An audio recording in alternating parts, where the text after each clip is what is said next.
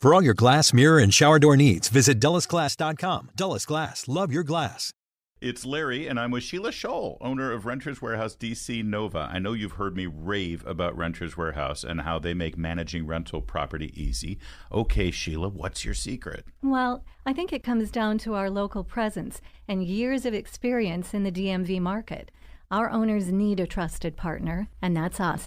Yes, absolutely, Sheila. And Renters Warehouse takes care of the headaches that come along with managing a property on your own. Yes, Renters Warehouse minimizes stress by placing quality tenants and maintaining properties. But more than that, it's about communication, transparency, and building long-term partnerships with our owners. I love that. Sheila, thanks for making renting and managing easy. To find out how much your property will rent for, get yourself a free rental analysis. Call Renters Warehouse now at 571-517-1525. That's 571-517-1525 or visit now on 105.9 FM and streaming worldwide on the WMAL app. O'Connor and Company. It's 5:07. It's Wednesday. That would be hump day for those of you keeping score at home. Thanks for tuning in on what will surely be a very busy hump day in your nation's capital. Coming up at 6:35, we'll talk to Cal Thomas, as we always do on this day. Words of wisdom from Uncle Cal. 7:05, Cully Stimson, Heritage Foundation. 7:35, Dan Epstein from America First Legal. He's representing the lawyer that had represented Cassidy Hutchinson until Liz Cheney got him fired so that Cassidy Hutchinson could then change her testimony before the January 6th committee. Boy, between Liz Cheney and Adam Kinzinger, the only real Republicans left in this town. It was a banner day yesterday as Adam Kinzinger participated in what can only be called a bloodbath campaign event in Missouri. Well, we'll get to those details in just a moment, but it was an ugly, ugly day. I'm Larry O'Connor with Julie Gunlock. Good morning, Julie. Good morning. How are you? I'm doing great. How are you? Good. You know what? I worry. I worry about you. I'm sure that you're okay. Why? Well, what a way to start the morning. It's a rough life for you there. Yeah. Oh, is it? Raising boys, married to a basically lazy layabout in the house. Your husband has not left the house in years. He's just what are you talking about? You're right. I shouldn't reveal such things. So Adam What Kinzinger, are you talking no, I'm in a very strange mood. It was a late night here at Hillsdale College in Battleground, Michigan. Don't take on my poor husband. I know. I shouldn't take it out on you. I mentioned Adam Kinzinger, and I do want to get to this. So he's Adam Kinzinger. Again, he and Liz Cheney, the only last real Republicans left in Washington, D.C. Yes. He's participating in this Country Over party that Liz is enjoying as well. They're celebrating. They're having a big Country Over party. And he's, of course, like all good Republicans, he is traveling all across the country campaigning for Democrats, because that's what real Republicans do. That's right. And in this case, he's in Missouri. You know, everyone who tells you that, oh, no, it's just about Trump, that's all that matters. You know, first of all, you'll have to explain to me how Bill Kristol, the moment Trump got elected, spent all of his time, energy, and money supporting Democrats running against Republicans, including Terry McAuliffe running against Glenn Youngkin in Virginia. Yeah. People forget that. It's just about Trump, and so you're trying to defeat Glenn Youngkin and get Terry McAuliffe elected. And here is Adam Kinzinger in Missouri campaigning with Democrat Senate candidate Lucas Kunce running against Josh Hawley. That's right. And I guess the problem here is that Josh Hawley doesn't hate Donald Trump, so therefore Adam Kinzinger has to go campaign. Yes. So they're doing a campaign event, and it's perfect. This is what Democrats do all the time. Right before Election Day, here we are 2 weeks out, they do some event to make it look like they're not going to infringe on your Second Amendment rights. Right. So they want to do a photo op for the media where everyone's out shooting. Let's go shooting, right? Yeah, we've seen this from Tim Walz, too. Tim Walz just did it. John Kerry did it when he was running. I'm shocked they don't have Kamala Harris out there, because she's always saying, I own a gun. It's the Michael Dukakis in a tank kind of, stunt, exactly. Right? But more local on the ground. Yes, less firepower, but still, yeah, it's that same kind of stunt.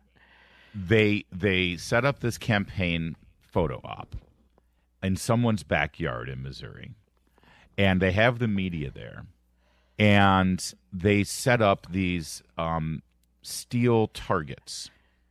All right, and they've got to be, I want to say, maximum 12 yards. Do you think? Not even that. 12 yards? No, they're closer. No, you think it's closer than that? Okay, all right. It looked like a first down away, maybe 10 yard. No, you think it's closer? I think it's closer. Maybe 15 like 3 feet. All right. Yes. These metal targets are 15 feet away. And they trot out, they said, well, it's not enough just to show how manly we are because we're Democrats. We got to get a manly Republican. Liz Cheney was not available.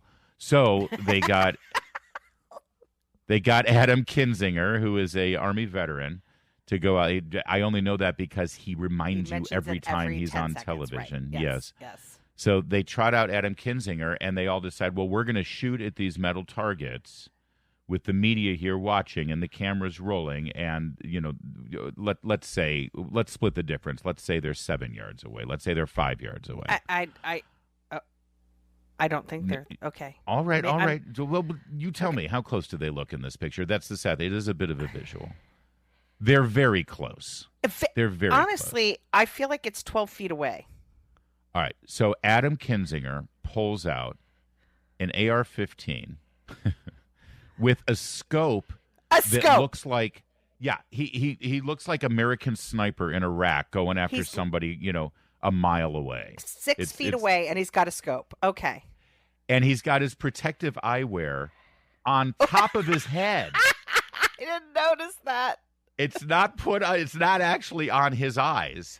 And so there he is shooting. And by the way, I mean, he's an Army vet. The shoulder placement of the gun looks like it's correct, but he's leaning back. But his elbow has dropped way down. And I'm no gun expert, but his elbow is way down. I know that for a fact. And he's just sort of droopy there. Something weird with his stance as well. He's on his back foot for sure. Yep. He's not. Yep. Maybe he's getting ready for the kickback. And he's shooting at this metal target. And the progression of pictures is great. You've got Kinzinger there with this AR high-powered rifle with a giant scope as if he's trying to, like he's Lee Harvey Oswald in the Book Depository. And then there's another group picture of everyone standing there posing. And then there's a picture of the table with all the armaments and firearms there. And the final picture is a member of the media who is getting first aid on a bloody arm because as a result of one of the shots, metal shrapnel naturally flew off one of these targets and ripped a gash in the upper arm of this journalist who was there to cover it. The shrapnel, I mean, he could have killed someone. Honestly. Absolutely. He could have taken his own eye out. That shrapnel. It's like Ralphie from Christmas Story. Adam, you're going to shoot your eye out. You're going to shoot your eye. I mean, that shrapnel hit this guy's arm. It's bloodied. He's getting first aid. But that could have hit somebody in the head. Oh, I know. Seriously. And Lucas Kunz, the Democrat candidate for Senate, actually had the lack of awareness to actually post these pictures and say, "Great day at the range with my friend Adam Kinzinger. We got to hang out with some union workers while exercising our freedom. I Always honestly have your first aid kit handy." Shrapnel can always fly when you hit a target like today, and you've got to be ready to go. I can't get over the massive scope for hitting a coffee can 12 feet away. I can't get over this. Did you notice also, Larry, just from a fashion standpoint, did you notice the sort of T-shirt that Kinzinger is wearing, the sort of to show off his muscle, his big muscles? Yeah. So men reach a certain age where these T-shirts are actually pushed to you on social media and advertisements. Yes. I can tell you because I am of a certain age with Adam Kinzinger, and basically these are shirts designed to make you look a little peckier than you actually are. Yes, I agree. Because if you look at the picture of him, we'll tweet this out, by the way, on our social media for WMAL because this is very visual. But if you look at the picture of him posing with the big group in the upper right, he looks kind of ripped under the shirt, right? Sure. But then if you look at the picture where they're attending to the journalist and they're doing first aid bandaging on his upper arm. He sort of let his guard down, and he looks like Homer Simpson. Right? Look at it. Like, it's like, where'd your pecs go, dude? And where'd that belly come from? That belly isn't in the other picture.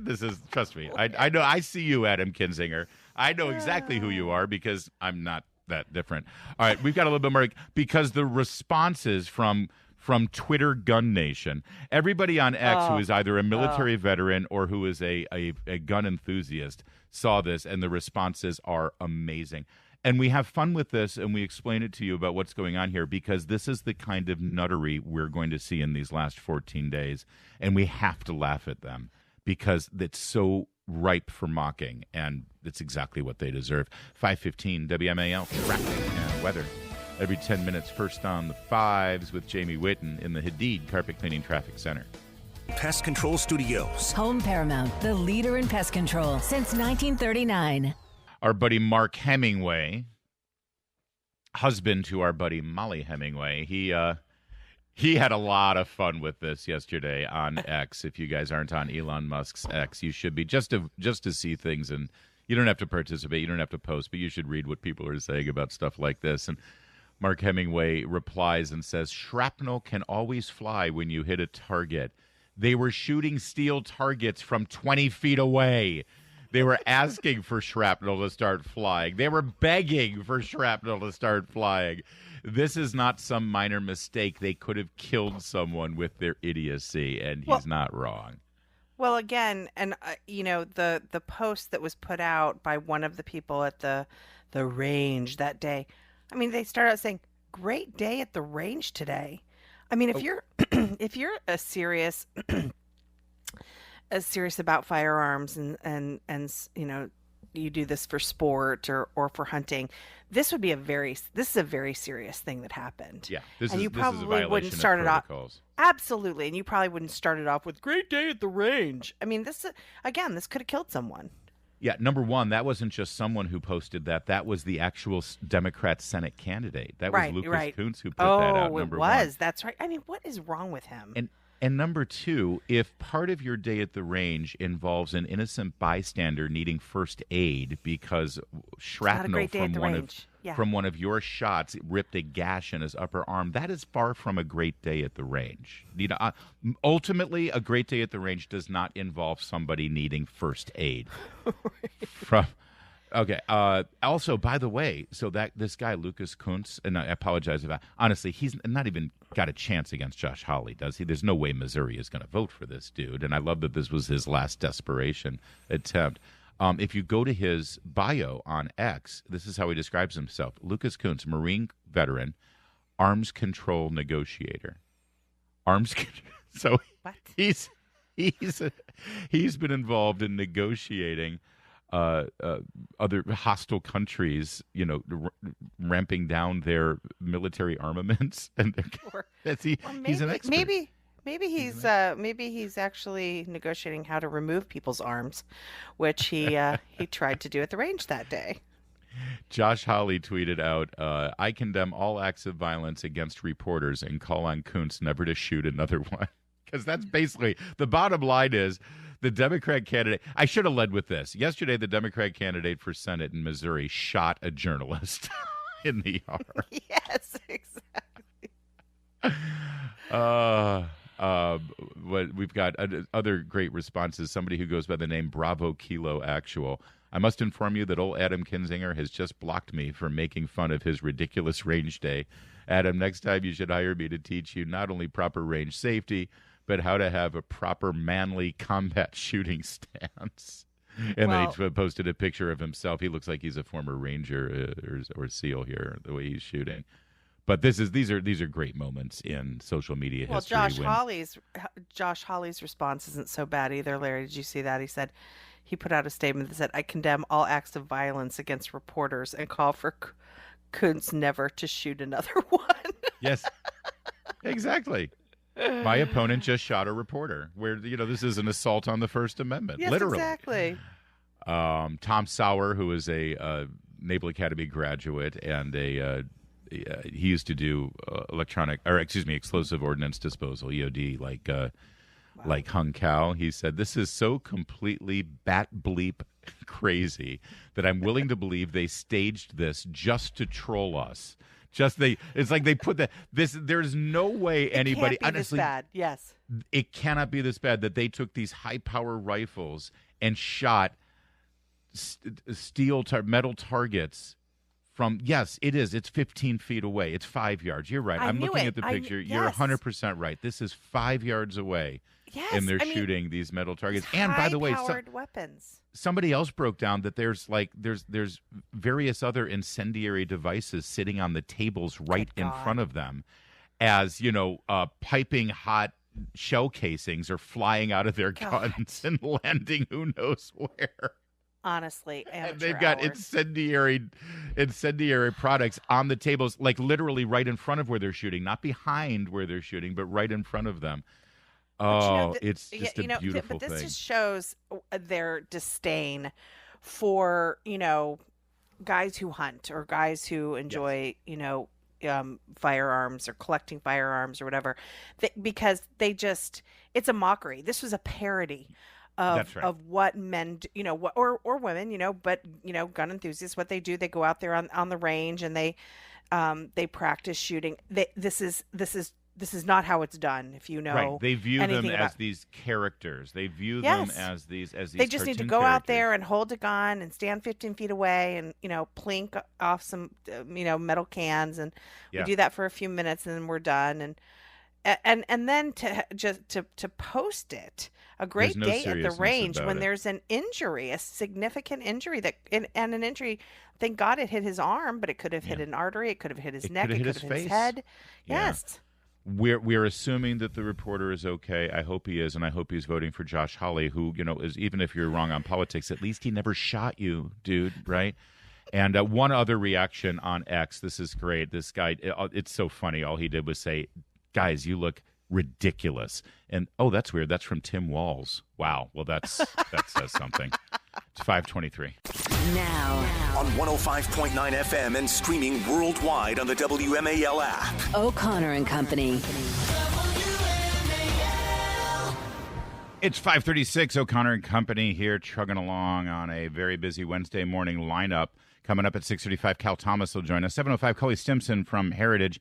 7:35, Dan Epstein, America First Legal. It's Larry O'Connor with Julie Gunlock. Jules. Good morning. Oh, my gosh. Do you realize that 2 weeks from this morning, we will talk about the next president of the United States? We will have the results. Everything's fine. 2 weeks from this morning, we will be beginning this statement saying, well, we know who the 47th president will be.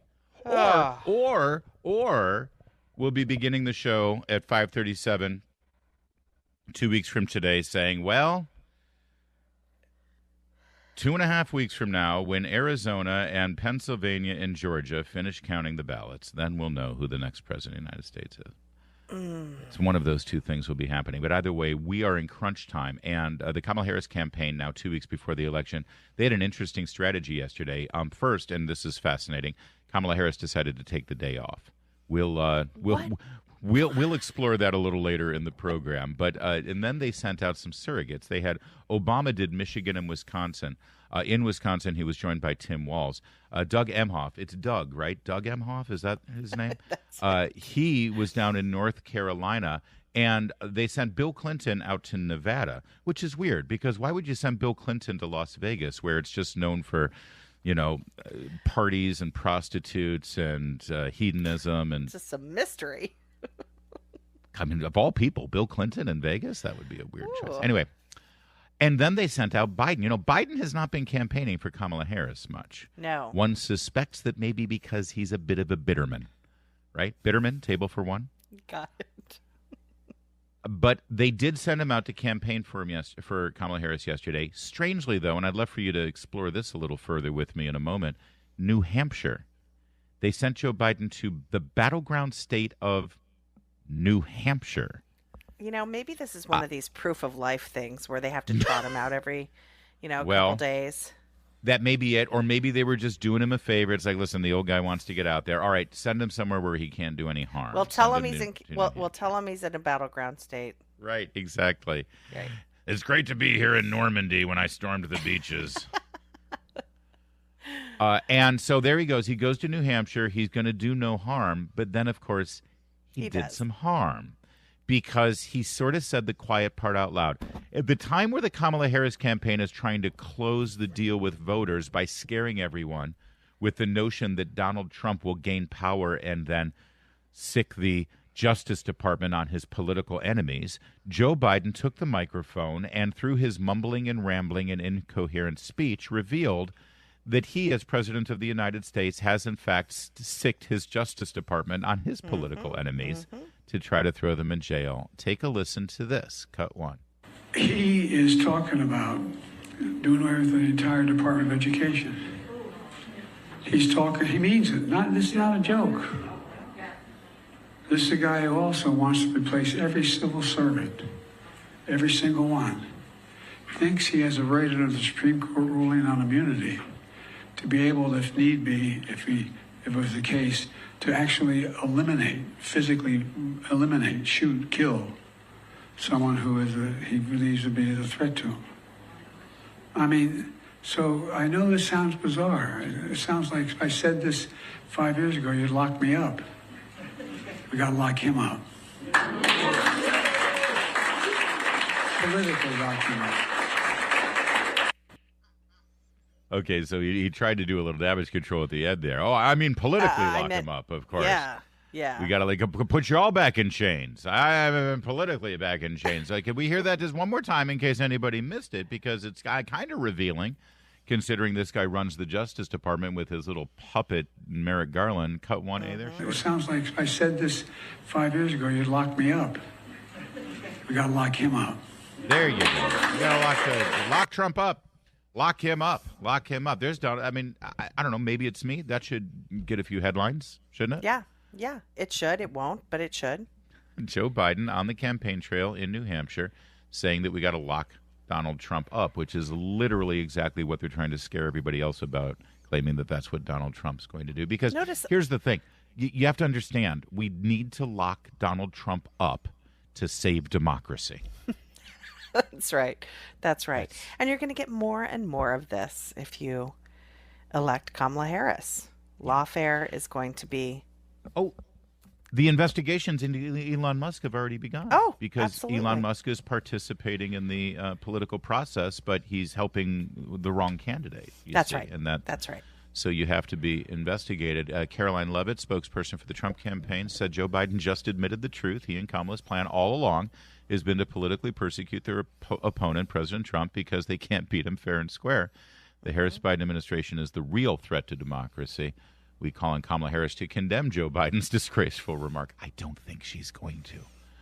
I don't think she's going to do that at all. I do like the little fix there at the end where he realizes what he said. Yeah. And then says, well, I mean, politically lock him up. Can someone explain to me, what does that mean, politically? Like, what? But it's also... I'm using that common phrase, politically lock him up. Duh. What? Who says that? It also came out, notice the applause. Oh, right? Of course. Notice how they loved it. And then he had to correct himself. But they loved the idea of locking him up. Before we let this go by, though, real quickly, why is he in New Hampshire again? No, seriously, I mean, there's only two. Maybe you're right. It's like throw him somewhere where he can't do any harm. Or are they having trouble? Are they showing some polls in New Hampshire that suggest that they're underwater there, that they have a problem? I mean, if they're in trouble in New Hampshire, it is OVER over. Yes. And they decide to, and you got to assume he's one of the big guns, right? It's like who's your marquee people? Well, we got Obama, Biden's the sitting president, for God's sake. Well, not really. He hasn't. Has he ever really been the sitting president? I mean, come on. That's true. We know who's the real president. That's right. Coming up in a moment, Kamala Harris facing more allegations of plagiarism. We'll give you those details in a moment. It is 5:43. We all hope to live a long... Miss anything? Don't worry, we've got you covered. Get today's breaking news on the Vince Colonnese Show, weekdays 3 to 6, right here on WMAL. Kamala Harris has faced very credible allegations of plagiarism in various, for her book. To start with, the New York Times, of course, wrote it off or tried to write it off as this is no big deal. Happens all the time. They actually sent 5 excerpts of the allegations to a plagiarism expert. And the plagiarism expert said, well, if this is the extent of it, it's some sloppy researching, sloppy annotation, but it's not good. It turns out, and this plagiarism expert now has come back and said, okay, now I've looked at the entire book. This is serious stuff. Yes. Right. Which, of course, they didn't follow. So New York Times sends him a small section. Right. And he says, okay, well, this isn't a major infraction. And then when he comes back and objects to what they sent him and says, wait a minute, now I've seen they don't report it. Right. It was over the Columbus Day holiday. He was taking Right. a day off. He just replied via email, and then he posted on his own website. It's like, all right, I've had time to look at the whole thing, and it's much The more New York serious. Times doesn't care. That was all uncovered by Christopher Rufo. No, the New York Times is not in the business of journalism and revealing the truth. It's to do damage control for their candidate, Kamala Harris. Yep. Speaking of their candidate, Kamala Harris, of course, they have endorsed Kamala Harris. I don't know if you saw this yesterday. The Los Angeles Times announced that they will not be endorsing anyone for president. This is Doug Emhoff's hometown. This is where Kamala Harris... The LA Times has endorsed Kamala Harris for Attorney General, for Senate, and for Vice President, but this time around will not be endorsing anyone, which is basically an endorsement of Donald Trump. That's really. right. That's right. Anyway, back to this now. In 2007, Kamala Harris plagiarized pages of congressional testimony from one of her Republican colleagues. And then in 2012, she plagiarized a fictionalized story about sex trafficking, but then presented it as an actual case. You know how she's always saying, I've gone after the drug cartels. Right. I've prosecuted the drug cartels. I've done this with Border, and I've done that. Well, she represented a sex trafficking story that was fiction and changed it to a California location and then presented it as if it was the real deal. This is all based on analysis and investigation from Washington Free Beacon. It's incredibly repugnant, as Mark Hemingway notes on X, because she's effectively taking credit for rescuing a sex trafficking victim who never existed. My God. And she's claiming that as California Attorney General, she was able to rescue this victim of sex. And, I hate to break it to everyone, but sex trafficking is a very, very real problem that has exploded under California Democrat rule and oversight. They're letting sex trafficking explode. Actually, it's not just California, nationwide. And they do nothing about it. And here she is falsely claiming to take credit for something like this. Larry, both of us are old enough to remember how this is the kind of thing that would have sunk a campaign, absolutely destroyed a campaign. And today, you don't hear about this stuff with the corporate media. You don't hear about. Her latest interviews, have they asked about the plagiarism, making up a story about a sex trafficked victim, so that you can use that to make yourself look good, is just so dark. It is so dark and so vile. And yet, thanks to some of these more conservative, I hate to even call them conservative media, thanks to these actual journalists, they've exposed this. But the corporate media won't touch it. Just sickening. They won't talk about it, and by the way, if you see the side-by-side comparisons of what the original was and what it's literally word for word for paragraphs and paragraphs. This is she is the copy-paste vice president, the copy-paste senator. Yeah, one change, the word who and whom. These yes, are they 4 changed paragraphs, it to whom one word. to sound smarter. Yes. To sound smarter. Yes. One word in 4 paragraphs was changed. After publication, Logley, this is a Republican colleague, Logley, told the Free Beacon that he recalls the National District Attorneys Association researching and drafting his opening statement. Kamala Harris represented California state prosecutors as a member of the board of directors of NDAA and was testifying in that capacity 2 months later before the House Judiciary Committee. He said, I believe she also relied on NDAA staff support for her opening statement. So her entire opening statement during this testimony that she gave, which sort of launched her Senate career, was lifted word for word verbatim. Logley continues, the similar content of our statements was an effort by NDAA to be entirely consistent in the positions we present to both House and Congress on behalf both houses of Congress on behalf of 3,500 state and local prosecutors. So he's trying to cover and say, well, the staff was just trying to make it consistent. It's like, no, it's the exact same testimony.